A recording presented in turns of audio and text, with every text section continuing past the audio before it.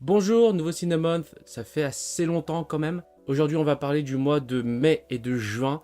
Et cette fois-ci je ne suis pas tout seul, je suis avec Nellive. Je vous laisse parce qu'on a tourné ça un petit peu avant, je fais ça plus tard. On a merdé notre rush, c'est cool. Allez, je vous laisse avec nous du passé. En fait, c'est moi qui m'y suis incrusté dans sa vidéo, du coup, vu que c'est mon concept, bam, j'ai fait l'intro. Et je me suis incrusté pourquoi? Parce que moi j'avais vu quelques films ces 2 derniers mois. Donc on va en profiter pour faire le Cinemonth de juin, puis de... Non, d'avril... Attends. Mais du coup, on va profiter pour faire le Cinemonth de mai et de juin. Et du coup, je vais commencer par moi, vu que j'en ai vu en mai. Ces films, je les ai vus dans l'avion quand on partait à Kuala Lumpur. Du coup, dans l'avion, j'ai regardé 3 films. Que à l'aller. Au retour, je n'ai pas vu de film du tout. J'ai écouté que de la musique, bon, on s'en fout. The Iron Giant. Dans la petite ville de Rockwell, dans la Maine, en octobre 1957, une machine métallique géante se lie d'amitié avec un garçon de 9 ans et finit par trouver son humanité en sauvant altruistement des gens de leurs propres peurs et préjugés. Un film d'animation américain. Le réal, c'est Brad Bird. Il a fait aussi Ratatouille, il a fait Les Indestructibles. Et oui, il a travaillé sur ces 2 films d'animation. Je pense que c'est le meilleur film que j'ai vu de ce mois-ci, parmi 3 films, parce que après j'ai vu en juin. C'est un film pour enfants, mais qui traite de sujets assez importants de façon très bien faite. Ouais, en étant réveillé, c'est un peu compliqué là. Ouais. Moi qui regarde pas beaucoup de films d'animation américains, vu que je vous parle que des trucs japonais parce que je suis un geek au Jap, bah franchement celui-là j'ai été vraiment fasciné par l'animation et une histoire simpliste mais avec un côté plus compliqué, une deuxième lecture. C'est comme les films Ghibli quoi. Mais un peu plus simplifié parce que Ghibli c'est plus abstrait. Je vais pas m'étaler dessus sinon ça durerait trop longtemps. Franchement, c'était un excellent film. Donc passons au prochain. Wolf Walkers, un film d'animation, je crois que c'est anglais ou irlandais, vu que ça se passe en Angleterre. Ça se parle. Ça se passe en Angleterre et t'as des personnages irlandais. J'ai vu en VO, bien sûr, ouah, les accents de fou. En une époque de superstition et de magie, où les loups sont perçus comme démoniaques et la nature comme un mal à dompter, une jeune apprentie chasseuse arrive en Irlande avec son père pour exterminer la dernière meute. Mais lorsqu'elle sauve une jeune indigène sauvage, leur amitié la conduit à découvrir le monde des marcheurs-loups, des Wolf Walkers, et la transforme en ce même être que son père est chargé d'anéantir. Film assez sympathique, j'aime beaucoup le style graphique, c'est assez unique. Je pense que le même réal garde la même DA sur ses autres films. Faudrait que je regarde. C'est quand même pas mal. Seul bémol que j'ai pas trop apprécié, c'était un peu trop gamin. Il y avait pas trop de deuxième lecture par rapport à The Iron Giant. Mais sinon, au global, c'était assez sympathique. L'histoire d'amitié entre la Wolfwalkers et l'Irlandaise. C'est quoi un Wolf Walker? Quoi, Wolfwalkers? Ah, Workers. Non, Walkers. Walker. Walkers. Walker. Wolf Walkers. Un Walker. Des loups qui marchent, c'est un peu con. Mais... Ouais. Des marcheurs loups. L'histoire était bien, enfin il y avait rien de complexe derrière tout ça, c'était surtout l'histoire de la Wolf Walkers et la jeune irlandaise. Ces trucs de préjugés, etc. Bon, je pense qu'on a capté un peu le truc. Et la nature c'est bien, voilà. Et l'amitié aussi. L'amitié aussi. Moi j'ai mis un 3 sur 5. Ok. The Iron Giant j'ai mis 4 sur 5. Ah. C'était vraiment un excellent film. Allez, le dernier film de ce mois-ci, de ce mois de mai, un film d'animation coréenne, attention. Oh, Your Letter. J'ai oublié de traduire. J'ai copié-collé l'anglais. J'ai oublié de traduire. Après les vacances d'été, Sori arrive dans un nouveau lycée et découvre une lettre anonyme dans son tiroir. Cette lettre présente l'établissement et contient un indice pour trouver la lettre suivante. Si tu veux continuer à lire, trouve ma deuxième lettre. En suivant les indices et en fouillant tout le lycée comme dans une chasse au trésor, Sori, je vais dire en français, croise régulièrement un élève de son âge, Dong-sun. Sori et Dong-sun deviennent rapidement amis en cherchant les lettres ensemble. Au fil des lettres trouvées, leur lien particulier se renforce et la curiosité de Sori envers l'expéditeur mystérieux grandit. Je veux trouver la dernière lettre et te remercier en personne. Alors, ce film... Ah là là. On vous parle de Sori qui change d'établissement scolaire. Pour une raison très simple, elle s'est fait harceler en défendant une personne harcelée. Oui, la Corée du Sud et le harcèlement, franchement, c'est un sujet très principal là-bas. Genre comme dans Lookism, etc. C'est assez normal. Moi, je pensais que ça allait plus exploiter ce thème de l'harcèlement, etc. Si elle change d'établissement, faudrait quand même se battre contre le harcèlement, tu vois. En fait, c'est comme si la solution contre le harcèlement, c'est de s'éloigner. Et je trouve que, honnêtement... ça m'a pas aimé. C'est fuir le problème, quoi. Fuir le problème, voilà, ne pas confronter au problème, c'est fuir le problème. Mais de toute façon, on s'en fout parce que ils ont parlé de ça qu'au début, après... Voilà. Ah ouais, c'est en mode... Elle s'est fait harceler. On instaure un cadre pour que ça existe plus, quoi. Oui, c'est le passé. Allez, on passe à autre chose. C'est un film? Oui, c'est un film. Ah, donc il n'y aura pas de retournement de situation en mode. Il y a. Sur le harcèlement, il y a rien. Il y a il y a même pas les anciens harceleurs qui reviennent la voir.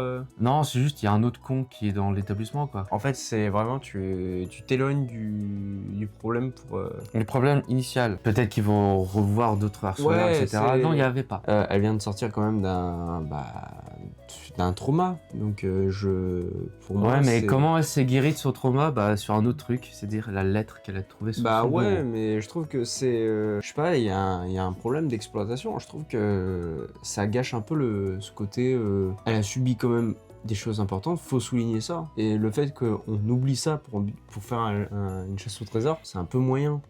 T'enlèves un facteur de l'histoire qui est important en plus, pour remplacer avec un facteur peut-être un peu obsolète. C'est du style je me suis fait harceler, mais j'ai le One Piece à trouver. Ouais, mais cette chasse au trésor est très romantisée. Ouais. Très, très romantisée. On oublie ce sujet d'harcèlement, puis on passe sur une chasse au trésor d'une lettre d'un mec, tu vois, il a l'air sympathique, etc. Mais plus, au fur et à mesure, tu découvres un peu qu'il y a un certain lien avec le personnage principal. Et ce lien qui date de longtemps, je sais pas comment ça se fait, mais c'est une folie, c'est vraiment très romantisé. C'est un peu le Your Name coréen. L'histoire en mode oh c'est choupinou, etc. Mais au fond c'est pas ouf. Ah ouais.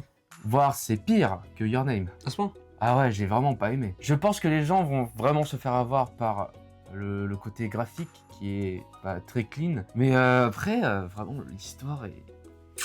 Ça m'a pas emballé. Parce que déjà, quand t'as initié un truc sur le harcèlement et qu'on te fait oublier par du romantisme avec les chasses au trésor de la lettre, là, et qu'elle se fait un pote qui était le pote du mec qui écrivait les lettres, ouais, c'est rose bonbon, quoi, c'est...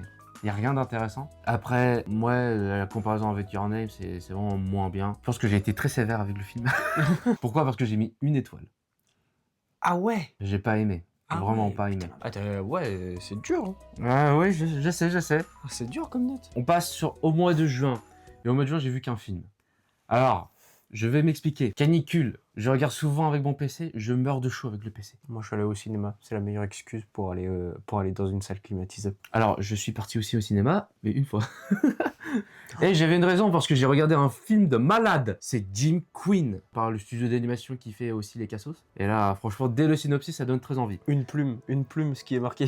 Quand l'été rose, un mystérieux virus qui rend les hommes gays hétérosexuels, ravage la scène gay parisienne, Jim, le roi des Jim Queens, passe du statut de star de la Gay Pride à celui de paria, avec pour seul soutien Lucien, un jeune homme efféminé et au grand cœur. Jim doit se dépêcher de trouver un remède avant que la maladie n'anéantisse la communauté qu'il admirait. Et oui, est-ce que vous connaissez l'hétérose, ce virus qui vous transforme en hétéro? Alors Jim Quinn, vraiment, ce film, il faut le regarder en salle parce que l'ambiance dans la salle, quand tu regardes Jim Quinn, c'est trop bien.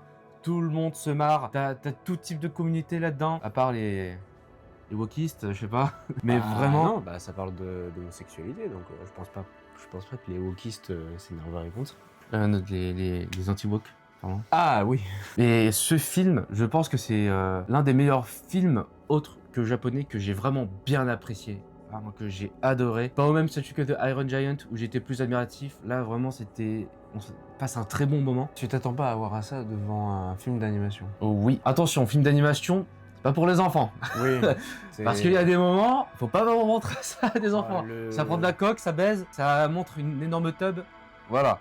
Ah Bon, ouais. après- non mais l'énorme tub censuré à pixelisé. Mais c'est très marrant, c'est très cassos quoi, c'est même ambiance. Ouais, Si vous adorez les cassos, Jim Quinn, vraiment c'est trop bien. Trigger warning, ceux qui s'attendent que ça parle de toute la communauté LGBT, ça parle surtout que de la communauté gay. Et le truc qui était intéressant, mis à part le côté comique avec les blagues sur les LGBT gays, etc., Mhm. qui est vraiment, c'est pas méchant, tu vois. Même les personnes dans la salle qui étaient gays, etc., le prennent super bien. Tout le monde a rigolé. Ça se moque beaucoup de l'homosexualité. Bah, ça fait les deux en fait, vu que en mode quand Jim se transforme en hétéro, il connaît les règles du football, tu vois. Déjà, ça, c'est très marrant. En plus, il y avait 3 drag queens là, c'était des reines, franchement, je les adorais. Et t'as même des jeux de mots avec les gays. Par exemple, Vous connaissez cette marque de livraison qui s'appelle DPD? Voilà, il y a une blague sur ça. Il y a un endroit qui s'appelle la Gestapo, Ok. où c'est plus une comédie BDSM là-bas. Non, franchement, c'était assez marrant, même si c'est... moi qui n'aime pas trop l'humour un peu trash, bah... Franchement, j'ai bien apprécié. Et surtout, j'ai beaucoup appris sur la communauté gay. Ça m'a ouvert à un univers que je connaissais pas trop. Et franchement, j'ai adoré le film. Voilà. Si vous voulez voir Jim Queen, regardez-le au cinéma avant que ça parte. Parce que c'est trop bien. En plus, je regarde pas souvent de comédie en animation. C'est vrai. Maintenant, passons à la vie de Nélive. Eh oui, moi je suis allé voir deux films au cinéma parce que voilà, période canicule, j'avais juste pas envie de bouger si ce n'est aller dans une salle climatisée. Donc j'ai eu l'occasion de pouvoir aller une salle de ciné et c'était aussi pour voir deux films en particulier, deux films de youtubeurs. Donc je spoil déjà que c'est des films de youtubeurs. Pour le coup, j'étais vachement dubitatif au début pour le premier et un peu aussi pour le deuxième parce que bah voilà, je me dis comment ça peut améliorer, etc. Le contenu déjà qu'ils proposent sur YouTube, parce que j'avais fait des recherches juste avant. Et le premier film que j'ai vu dans un premier temps, c'est Backroom. Alors, je voulais regarder des synopsis parce que des fois j'ai la flemme de lire, de créer un synopsis. Sauf qu'il n'y a pas de synopsis. Ça dure qu'une phrase. Donc je vais faire un résumé vite fait. Je vais faire mon synopsis en direct sur le film Backroom. En gros, on suit l'histoire d'un patron d'un centre commercial de chaises et de fauteuils, de mobilier. Suite à une rupture, il va se sentir très mal à l'aise. Il va donc voir une psy qui va pouvoir instaurer le sujet qu'il se sent pas à l'aise. Et elle va avoir son importance puisque elle va faire partie, elle va être intégrante à l'histoire. Et on va se rendre compte que dans le centre commercial, il y a une sorte d'entrée qu'on ne voit pas parce qu'il est, c'est la porte d'entrée, c'est juste le mur. Il va découvrir qu'il peut traverser le mur et il va rentrer dans le monde des backrooms et on va apprendre petit à petit comment l'endroit vit. Et si vous suivez un peu l'histoire de Ken Pixels, vous êtes au courant que bah, du coup c'est Ken Pixels ou Ken Person qui a réalisé le film. Et déjà de ce que je peux dire sur le film, c'est honnêtement j'étais très surpris parce que je suis un grand fan des Backrooms, en tout cas de la série qu'il a réalisée, et je m'attendais à avoir peut-être une sorte de suite à ce qu'il a créé comme environnement. Mais c'est pas l'environnement que j'ai retrouvé dans la série originelle. La série originelle de Ken Pixels mettait beaucoup en avant sur la moisissure, on va dire un peu les sortes de champignons qui prenaient vie. C'est comme ça que d'ailleurs, si vous êtes intéressé, regardez les vidéos de Feldup qui expliquent en long et en large l'évolution de la moisissure, dont notamment du coup la saison 2 qui montre bel et bien qu'il y a une grosse évolution de cette moisissure qui prend une forme plutôt humanoïde là-dessus. Donc voilà, c'est intéressant là-dessus. Là, non, il a préféré prendre une partie sur les souvenirs. Là, c'est plutôt particulier. En gros, ça veut dire que si on prend bien en compte tout ce qu'on dit sur les backrooms, c'est que les backrooms, ça vit à l'intérieur de notre monde. Elle prend des souvenirs et les transforme, les amène du coup dans le monde des backrooms. Ce qui fait que plus ça va et plus on sent que les souvenirs, elles existent encore, mais on n'arrive plus à s'imaginer. Donc du coup, c'est pour ça que on se retrouve avec des personnes qui ont peut-être 3 visages, des meubles qui en fait s'imprègnent dans la table parce que on a le souvenir qu'il y avait une chaise et une table ensemble, mais comme on n'a plus l'idée exacte de comment était la chaise et la table, et ils ont fusionné. Donc on retrouve des éléments qui dérangent et qui sont à la fois réalistes, qui sont bien amenés. C'est surprenant là-dessus. Donc j'ai bien aimé ça, et surtout le nombre de détails cachés dans le film, c'est incroyable. Regardez les vidéos où juste il y a des détails cachés, c'est vraiment hallucinant de voir ça, que Ken Pixels a ajouté dans son film. Donc déjà c'est un très très bon début. Je sais qu'il y a beaucoup de gens qui étaient, suite à la fin du film, qui n'étaient pas contents du tout du film, qui étaient même très déçus parce que eux, ils avaient l'image du jeu vidéo qui rendait beaucoup plus dynamique les backrooms, alors que moi je m'attendais déjà juste à m'ennuyer et juste avoir aussi cette impression de me perdre comme le personnage principal. Le sentiment de m'ennuyer, je l'ai eu, le sentiment d'oppression, je l'ai eu aussi. Par contre, le sentiment de me perdre avec le personnage principal, je l'ai pas eu, parce que le principe même de Backroom, c'est qu'on ne peut pas revenir dans le monde réel. Et c'est pour ça que ça m'a dérangé quand j'ai vu qu'il pouvait faire des allers-retours, etc. J'ai pas peur de m'ennuyer, on va dire, dans un film backroom. C'est juste le sentiment de se perdre en même temps que la personne, c'est ultra important. Ouais, parce qu'en Mais- fait, les backrooms, tu vois, c'est assez mystérieux et tout. Mm. Et du coup, le fait de se perdre rend le tout... c'est un peu l'essence même des backrooms. Ouais. Et le sentiment aussi de ne pas revenir, d'être bloqué dans un monde, c'est aussi l'essence même. Donc il y a des choses qui sont bien, il y a des choses qui sont moins bien. Le fait qu'ils puissent retourner en arrière, moi j'aimais bien quand les personnages étaient vraiment bloqués, qu'ils perdaient la raison, ça par contre perdre la raison, on l'a bien vu. Hein. Je pense qu'ils auraient dû faire vraiment qu'en full 3D, parce qu'il y a eu des passages de full 3D. Qui était super. Ken Pixels a toujours gardé sa patte graphique, surtout quand on passe d'un point de vue plutôt FPS en VHS. Là, on sent qu'il y a eu des passages en 3D et d'ailleurs la transition était bien amenée. J'étais content de revoir un peu cette patte graphique qu'il a pu remettre de son côté. Et ouais, il est toujours impressionnant au niveau 3D. Hein. Ah bah pas de reproche à dire là-dessus. Non, franchement, Ken Pixels, c'est pas mal. Je ressors un peu dubitatif, j'ai bien aimé, mais il y a des éléments que je voulais voir, que j'ai pas eu, et que je ressors un peu déçu. Ouais, t'avais des attentes. Ouais. J'avais des attentes parce que voilà, ça fait 2 ans que je suis de très près ses créations. Pas que c'est nul, mais ça reste très bien quand même. Et puis juste après, on a eu l'occasion il y a eu le festival du cinéma qui fait qu'il y avait des offres à 5 €. Et j'ai décidé de prendre mon billet pour aller voir le deuxième film. Et c'est Obsession. Et là, waouh, waouh, oh ce film, il est dérangeant. Mais c'est pas de l'horreur, c'est pas de l'horreur classique où on se prend des screamers à répétition, à foison. Là, c'est impressionnant. J'ai pas fait le résumé d'ailleurs. Je suis en train de penser à ça. Et si vous pouviez réaliser votre rêve le plus fou? Un jeune introverti met la main sur un objet magique capable d'exaucer n'importe quel souhait, son crush de toujours tomber alors raide dingue de lui, jusqu'à l'obsession la plus totale. Faites attention à ce que vous souhaitez. Ça résume le mystère, le côté bizarre du film. Mais en gros, si vous voulez, Obsession, c'est peut-être l'un des films que j'ai adoré. C'est un des films que j'ai le plus aimé en termes d'horreur. Parce que c'est vraiment de la psychologie pure. Et j'adore ça. Surtout qu'il y a vraiment un côté dérangeant. Quand tu regardes le film, t'aimes pas. T'as un sentiment où tu te sens pas bien. Des fois, j'avais le poil qui s'hérissaient pour rien. T'as l'impression qu'il y a un truc qui va pas. T'as l'impression que le visage, il paraît normal. Ils le font mais avec du maquillage. T'as l'impression qu'il est difformé le visage. Surtout que Hey, dans c'est le fort, ça. noir, t'as l'impression qu'ils ont rajouté au montage, etc. Non, ils ont fait du maquillage. Ce qui fait que ça rend encore plus dérangeant la scène. Et franchement, pour un petit budget, je crois que c'était 700 000 euros ou dollars, ils ont récupéré plus de 2 millions de dollars. Et en plus fait par un youtubeur. Mais d'habitude, quand on te parle de films de youtubeurs, on ne parle pas de la France qui... Voilà. C'est quoi déjà? La maison hantée, non? Oui.